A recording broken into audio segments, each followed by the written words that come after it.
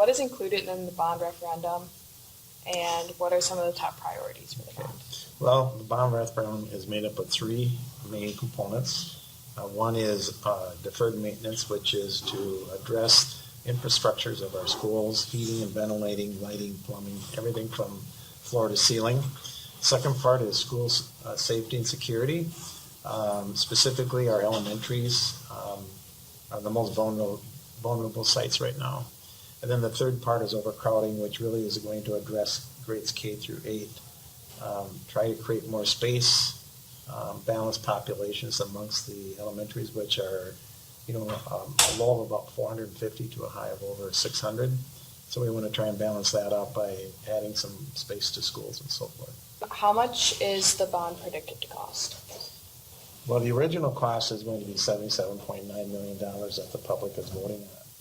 But if you take the 20 years that it takes to pay it off plus interest, it's going to be about $114 million total over the 20-year period of time, which some people will think, $114 million is a lot of money. It is. Mm-hmm. But based on the interest rates today, it's a really good opportunity to have a loan, so to speak, of that amount and have the lowest interest rate you possibly can. What does the school district believe is needed?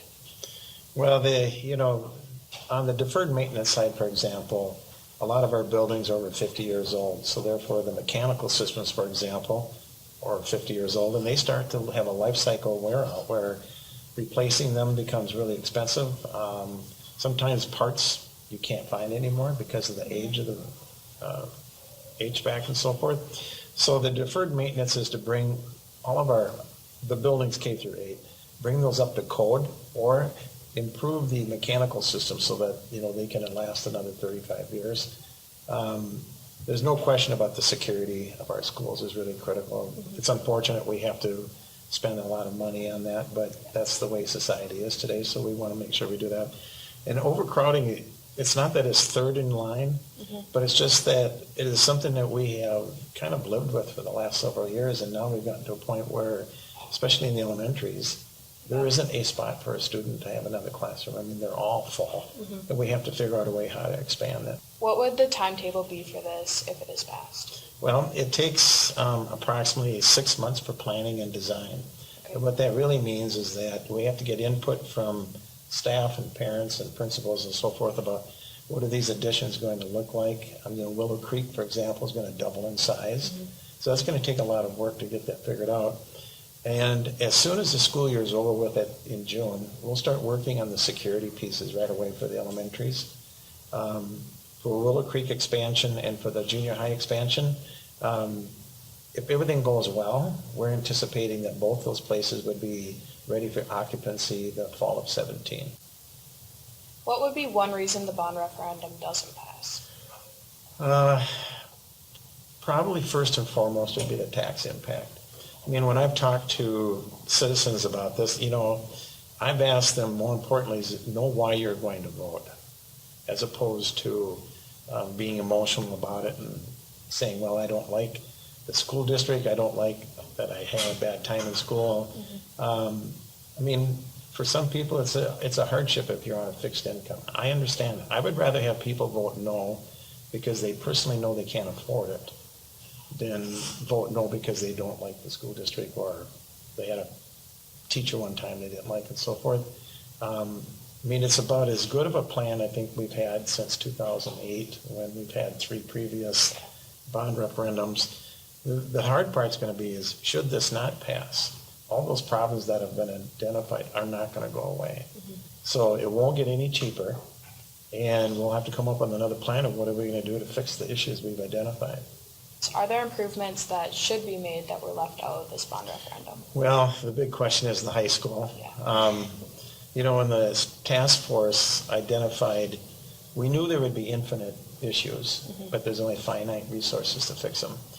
And so the task force came up with 2 phases. The first phase is K-8. Fix those first.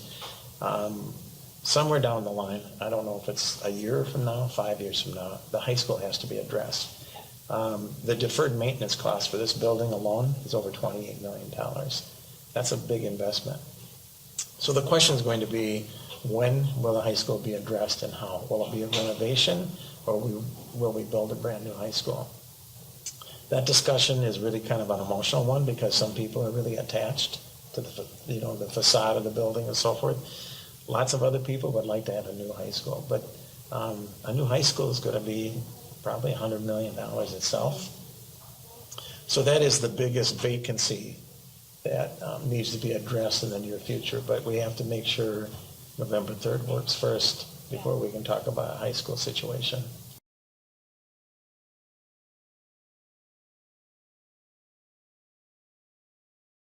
How is the school board getting involved with this?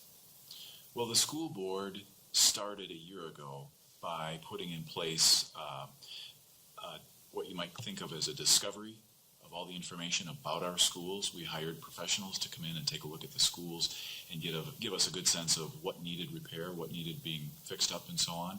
Then the school board authorized a task force of community members to essentially look at all of that information and present back to the school board recommendations for the steps that they felt we should take. What was the process of getting this on the ballot? The process was that once the task force was put in place, which was right after the first of the year, in January of 2015, this task force worked on it for about 4 months. They finished their work at the latter part of April. The school board then took that information and the recommendations that they made, and the school board had to chew on it. Once the school board made the final decisions as to what the referendum should be, we had certain timelines that were back in the middle of summer that we had to have certain steps in place and presented to the state of Minnesota and the Minnesota Department of Education in order for it to be a viable referendum item on the ballot this fall. What would happen if this isn't passed? Well, if it doesn't pass, virtually all of the schools and the condition of the schools as we know it will remain in place. And we would probably have to go back to the drawing board and figure out an approach relative to what do we do next. How does the school board work with Owatonna Forward? The school board works with Owatonna Forward by presenting information to the public. And when the school board presents information to the public, essentially what we're really doing is simply presenting the facts. How much does it cost? What will the money be spent on? Why did we make the decisions that we made? Owatonna Forward, on the other hand, is actually advocating that people would go to the polls and vote in favor of the school bond referendum.